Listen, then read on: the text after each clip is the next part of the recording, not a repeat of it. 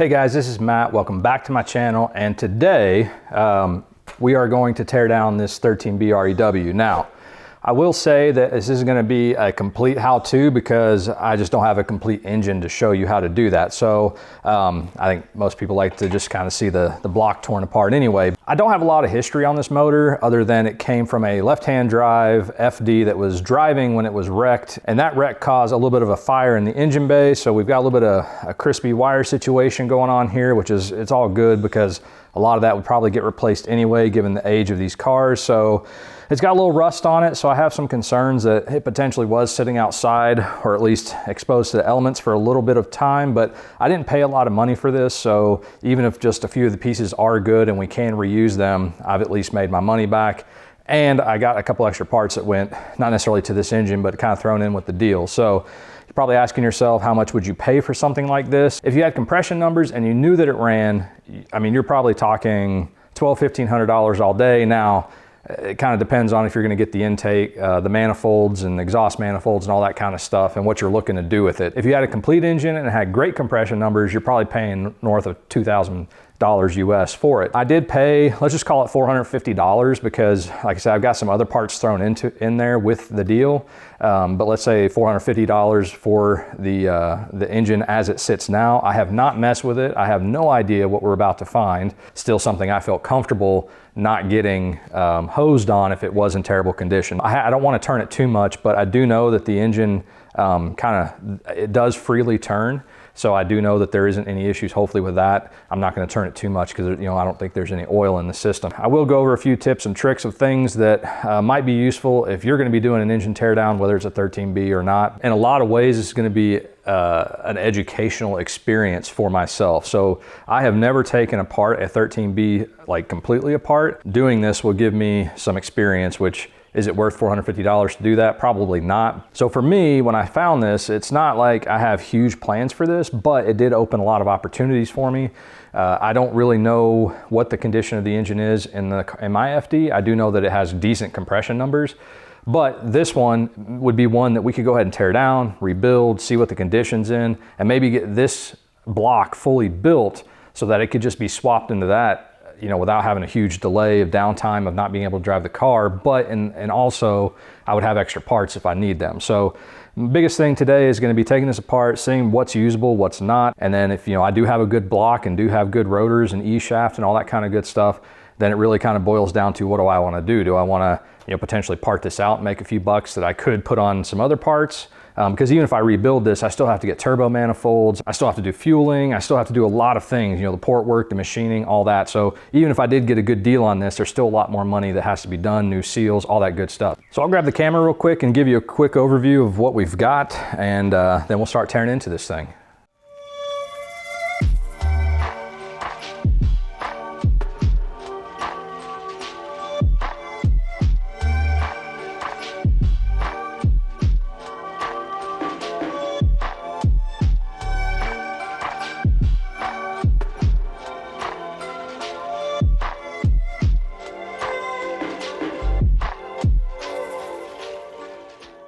So like I mentioned, the engine has some fire damage, particularly here on the exhaust side. Probably what happened is in the wreck, either a fuel line was cut or something ran up against the exhaust side, and then it caused, you know, enough heat that it caused some fire. So it really does seem to be isolated to this area.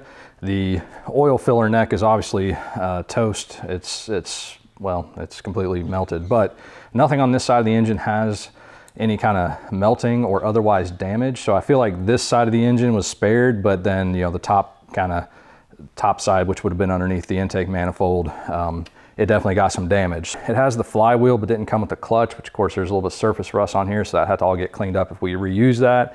Overall, it's just a dirty engine, but you know, that's kind of to be expected with a car. Who knows how this was taken care of before you know, I got a hold of it. Now the engine, as far as I can tell, is dry. I haven't found any water or oil drips, and like I said, the oil pan it was kind of tossed around, so I suspect that there's going to be some stuff we'll need to look at that and see if I doubt it's even reusable, but it may be enough that we can at least start with that if we need to. For tools, it's going to be your standard fare. You need a lot of sockets. You're going to probably want to go ahead, if you don't have access to it, get a 54 millimeter for the flywheel. I've got gloves, tools, things like that. Power tools will definitely be useful in this situation. Sockets, screwdrivers, something to persuade some of these parts apart. And I like to use a wooden block. I see a lot of people hammering a screwdriver against the irons trying to get them apart, but I'd much rather use something a little bit softer just so we don't cause any nicks or damages. You're going to need a way to stop the flywheel. In most cases, you might be able to get it off with the impact and not have too much trouble. I see a lot of people rig ways to get that off. I do have a quick solution in case you don't have a specialty tool, and I'll also talk about that when we get there. You may need a heat source to kind of heat up some of these bolts. You could use a torch, a heat gun, whatever you've got, but some sort of heat may help loosen some of these nuts. And then over here, this is probably the biggest thing to keep in mind, is that you're going to want to keep track of all these bits and pieces. So various plastic containers, tape, Sharpie, Ziploc bags, all that kind of stuff, cardboard boxes, whatever you have. As you take these pieces off, you're probably going to want to organize, you know, bits, the screws, nuts, bolts, all that kind of good stuff. Because if, you know, I go to reassemble this engine months from now or a year from now, or if I never reassemble it, but I want to sell some of the parts, at least I know I have all the hardware contained. For me, I've got a lot of these takeout containers laying around my shop that I like to use to store stuff in. Damn, I like Chinese takeout. But anyway, all kinds of containers here that'll help keep us organized. With that said, let's get set up on the tripod and start figuring out where we want to start with this guy. There is really no good place to start other than just kind of, I'm going to work my way from the top down. So I've got a lot of the wiring harness that I still got to deal with at some point in time. I think for the most part, I'll just leave that attached. I think we'll get the coil, start with the coil packs, get the alternator, deal with I won't get the whole water pump housing off, but that's already loose. So I might just go ahead and take that off. I just need to get everything, the old rat's nest, everything just off the engine. I'll probably just go ahead and put you guys on time lapse and we'll start tearing into it.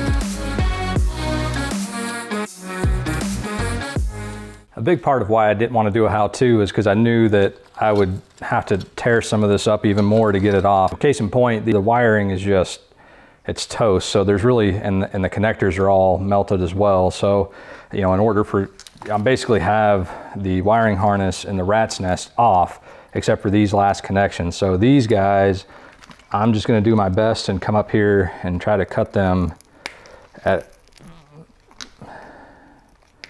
there.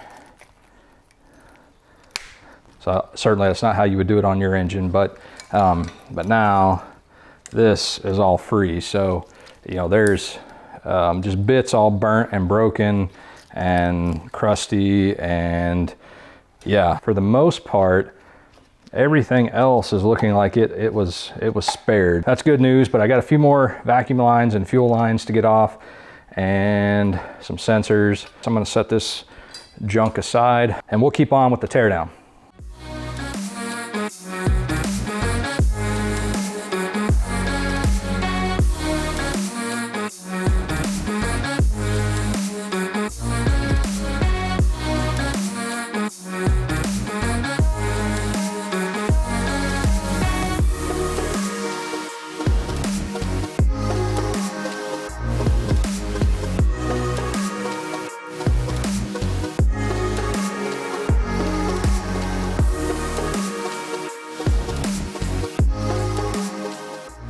So during disassembly, I realized that I only have one of the, I guess you call them injectors or squirters for the oil metering system.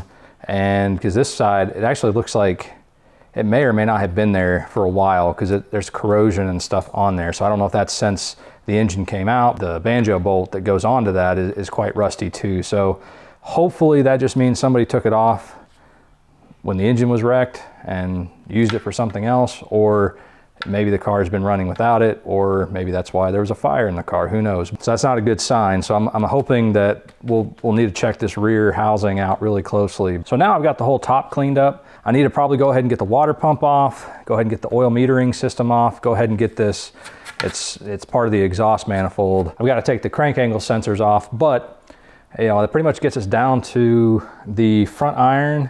And then of course we got the flywheel. And I need to take this motor mount off. It's been relatively quick, other than a few nasty things, which, like I said, I've been able to take some shortcuts because I can just cut a few things off, and on a good motor, you wouldn't want to do that. And I probably want to go ahead and deal with that oil metering pump, just so that it's not, the wires aren't dangling around. So yeah, we'll keep at it, but we're almost down to the block.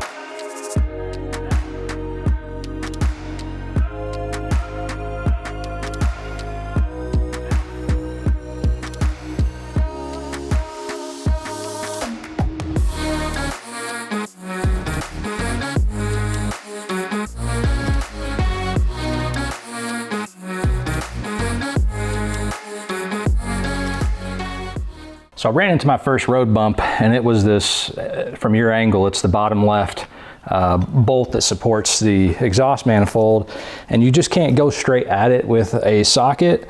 And of course mine's got some rust and other things, so after unfortunately some beating and some heat with the heat gun and some PB blaster, I do have it moving now. And what I actually found is it's a 16 millimeter nut, but I found that a 5/8 inch fit tighter than the 16. And unfortunately I did have to take the nuts were pretty rusty, so I'm getting the studs out when I'm taking these off. So this is about to come off.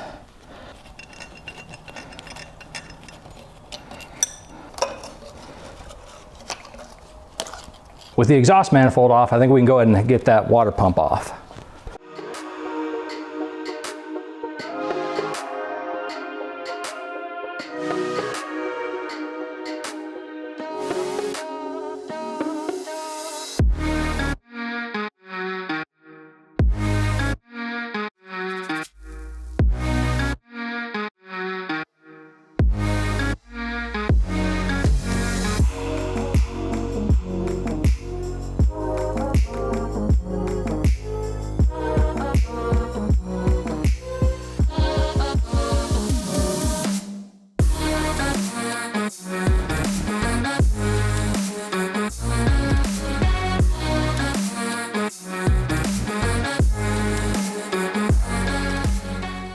So I think I'm pretty well down to the block, the front cover and pulleys. I still have the oil pan on, oil filter, it's no big deal. And of course the flywheel. So I think we have everything stripped off the motor except for the oil pan, which that'll be quick and easy. And then of course I've got to start working on the E-shaft bolt and the flywheel nut in the back. But I did just find this, which it was probably there the whole time and I just wasn't paying attention. That says it's a remanufactured product and it looks like it has an 06 of 02 date on it. So I checked with my sources and it does sound like potentially this was remanufactured in 2002. Could be a good thing, could be a bad thing, but at least we know that hopefully some of the parts in there were at least 10 years less older. I think what I need to do is go ahead and flip this whole thing over and start pulling off the oil pan. But I have piled up quite a bit of pieces, so I think I'm going to go ahead and start organizing some of the parts I've already pulled off. Go ahead and get some of these things packed up and stored away so that I can start, when I do start taking the block apart, I can stack all the irons and the housings up there on my bench. So I will take a quick break, get these things cleaned up, and then when I get back, I'll have this thing flipped over and we'll go ahead and take off the oil pan. And then we'll start addressing some of these nuts, which, you know, those are what's probably going to be some of the more challenging things to deal with. So we'll talk about that when we get there. But yeah, so I'll check back in a few minutes.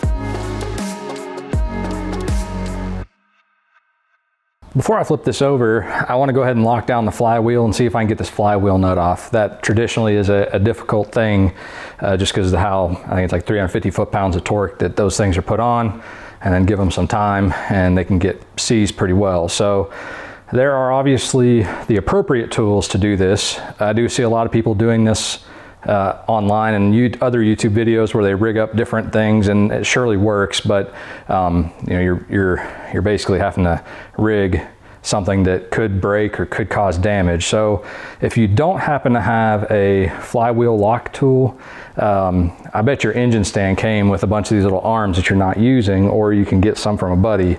But what I found is that, at least my Harbor Freight engine stand, so this is the top of the engine. These are two of the bell housing bolt locations that you would use the factory flywheel lock tool, but it just so happens that this almost fits perfectly over top one of those studs, and then you could rotate this around and align one of the flywheel, you know, where the pressure plate mounts to the flywheel, and then you could run, you'd have to get a longer bolt, but you could run a bolt through here and a bolt through the flywheel. That would act as a lock. Now, I would be strategic about it. So, you know, if you're twisting the nut off, I'd want this to kind of pull towards the block and, you know, kind of like in tension and not push out that way. So, you know, depending on which way you're doing it, you may have to, you know, rotate it over here and stuff. So that was just a quick thought that I had in case anybody doesn't have a flywheel lock tool. You can get these little arms that go on your engine stand, and they may work. Mine fit almost perfectly, but you could certainly get one on, and you might be able to get a second one on, but it would be really close. So anyway, just a thought, if you guys are in a pinch, you can do that, but you can also get an aftermarket lockdown tool, and it basically functions the same way. So I picked this one up from Mazda Tricks, and I'll put the part number on the screen. But basically, you'll want to get your flywheel to where this kind of sits down on its own, and then you can go ahead and lock this down, and it has little teeth that hold on to the flywheel. And I'm just going to snug these down. I'm not going to really crank on them, but just enough that I know they won't move. And then now my flywheel is secure. I don't have a big enough air compressor here at my house to run a pneumatic air gun, but I do have an electric impact wrench.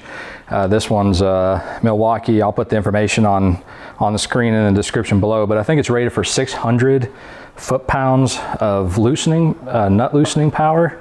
I think I got nut busting power. I've got it on its highest setting, so I'm gonna give it a couple of pulses and see if we get any movement.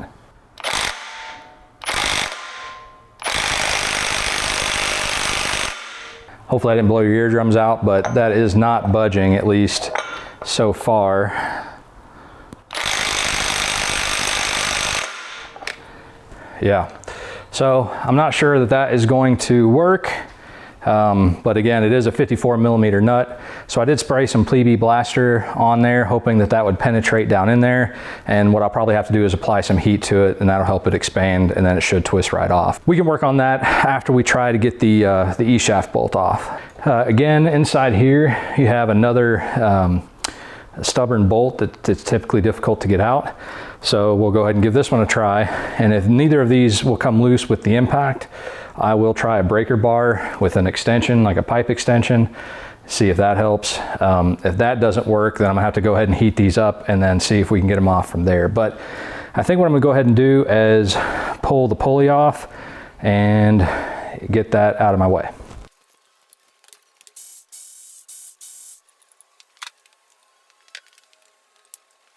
And then while I'm at it, I'll go ahead and get the crank angle sensors out of the way so that I don't do anything to hurt those.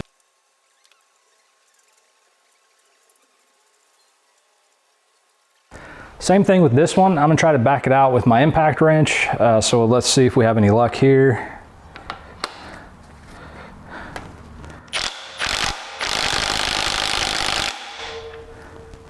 Nope.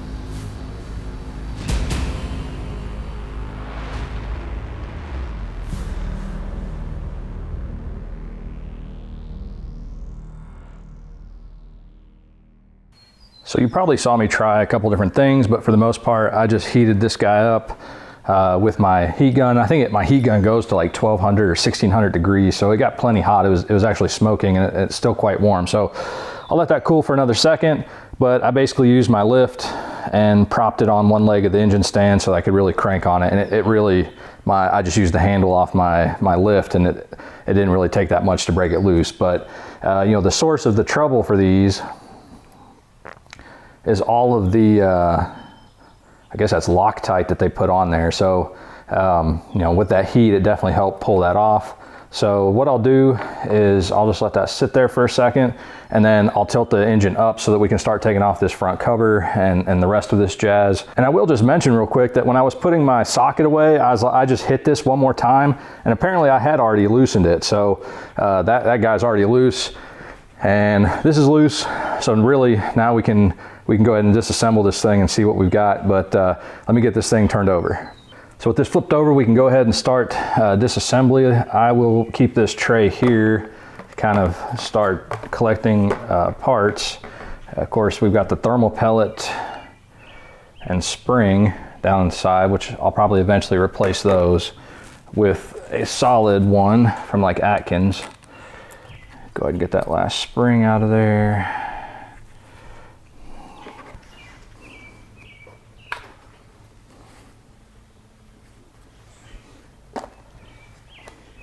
So we have several 12mm bolts that need to come out, and then this cover can come off, and then we can deal with the oil metering pump and all the bits inside. So let me grab my ratchet and get these off.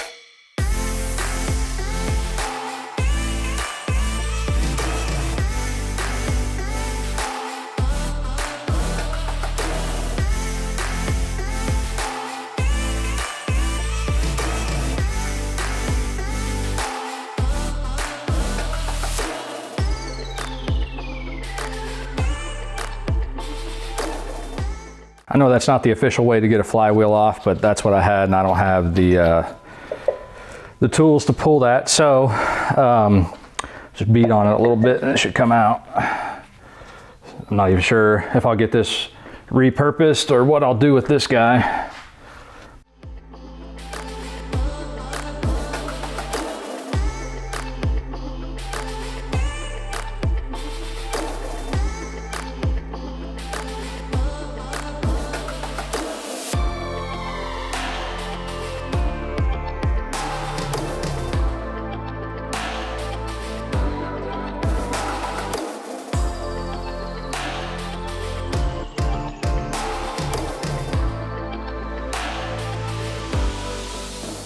All right, it looks like we have everything off and we can go ahead and unstack this. As I was pulling out some of those bolts, some of them were, you could tell there had been water sitting in the oil. Hopefully it's not as bad as it looks, but there definitely has been some water in the oil, and you know, some of those were corroded a little bit. Let's see if we can go ahead and unstack this.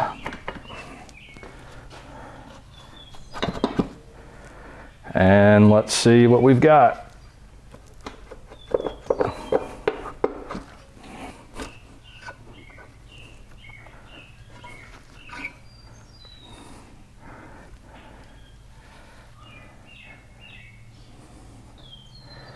So that's really not a good sign. Quite a bit of corrosion on the rotor, which, you know, hopefully that just cleans up, but the seals, they are like stuck in there kind of, you know, there's no spring to them whatsoever. Of course, I'm not seeing the whole picture, but overall, there's a little bit of scratching inside of the housing, but I think, there's definitely like some dirt and debris to where, you know, something had gotten in here after after this had been wrecked. So that is unfortunate, but let's go ahead and get these out, and really we can at that point really assess the damage.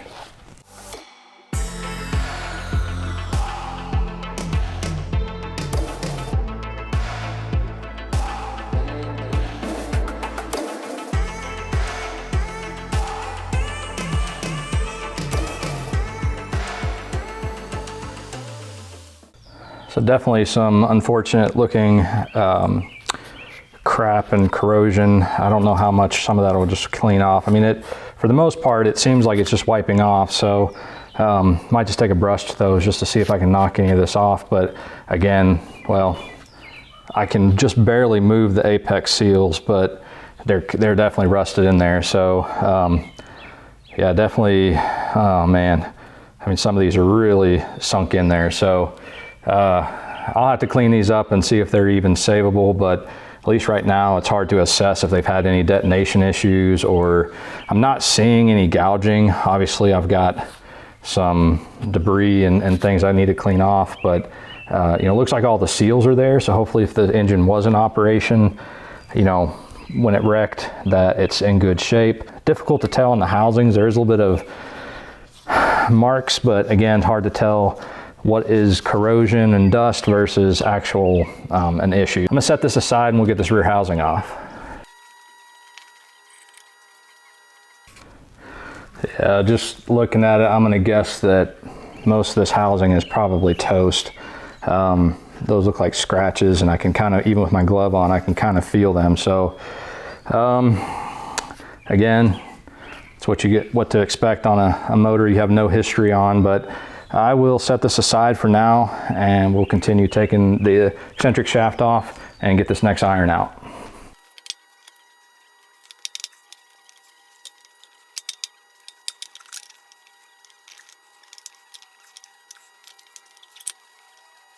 So on that one, I think I was having trouble getting this dowel pin out, but of course the E-shaft is always a little bit tricky to get off, but it's kind of the same story. Corrosion, there's actually, I don't know, some sort of seeds or something in here. The water jackets are just, seals are just completely coming off. All the seals are there, but they're all pressed in.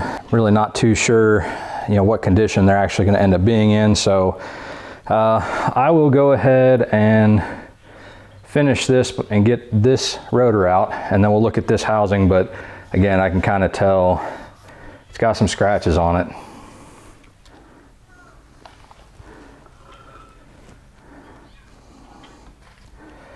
It's like I don't even need to put this on there. The seals are rusted in place. Of course, there's one corner seal wanting to pop out there, but you know, again, they don't look horrible. I mean, I know they've got corrosion, and I'll have to clean all this up to see what they really look like, but you know, the rotors may be okay, irons may be okay, but the housings, I don't know if they would have enough chrome left to try to repolish those, but like I said, I'll get these completely cleaned and then assess those and see what we can even do with them.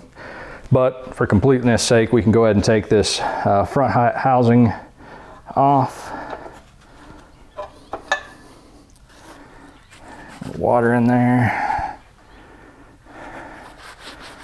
I said I'll get some cleaning stuff and clean that up really well just to get a good idea, and then I'll give you some close-ups of what we're looking at.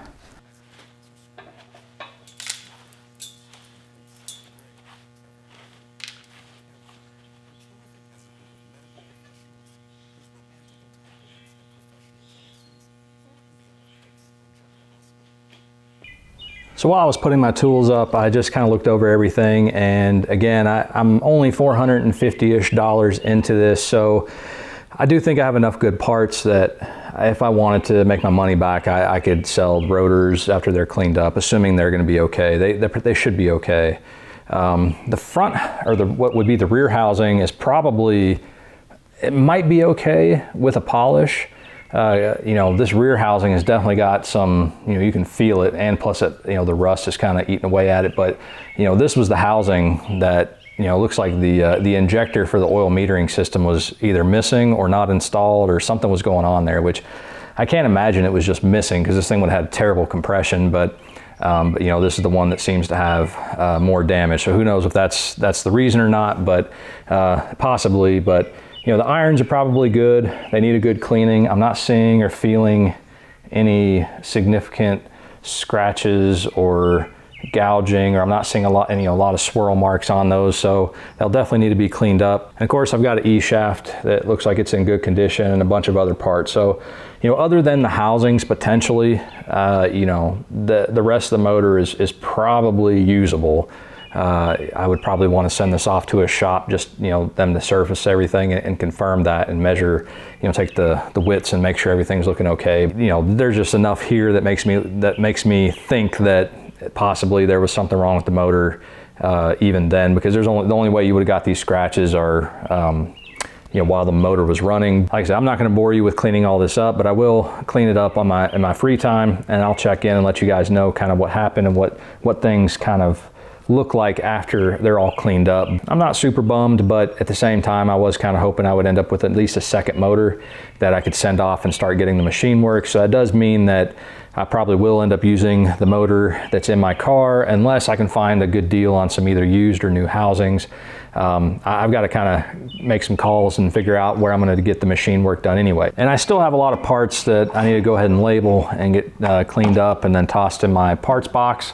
And of course, a lot of this stuff still has oil on it, which I might kind of rub everything down just so I don't have to deal with any rust in the future. Again, I just kind of lucked out having a local guy that had a 13B sitting around that he was trying to get rid of, and he probably dodged a bullet by selling it to me. So that's just the way it goes sometimes. He probably didn't know much about the motor himself, so I don't blame him for it or anything, but so I definitely got an experience taking this apart. I did stop the other day so that we could eat, I could eat some Easter dinner with my family, but so if I would have probably started and done the whole thing, you know, you could easily knock this out in, you know, 4, 5, 6 hours, depending on if you've got the tools. And of course, the E-shaft bolt in the front and the flywheel, probably the two tougher things to have to deal with. So I think for the short term, I'm just going to clean these up roughly and get them stored away. And then, like I said, I'll clean them up when I get the time to do that.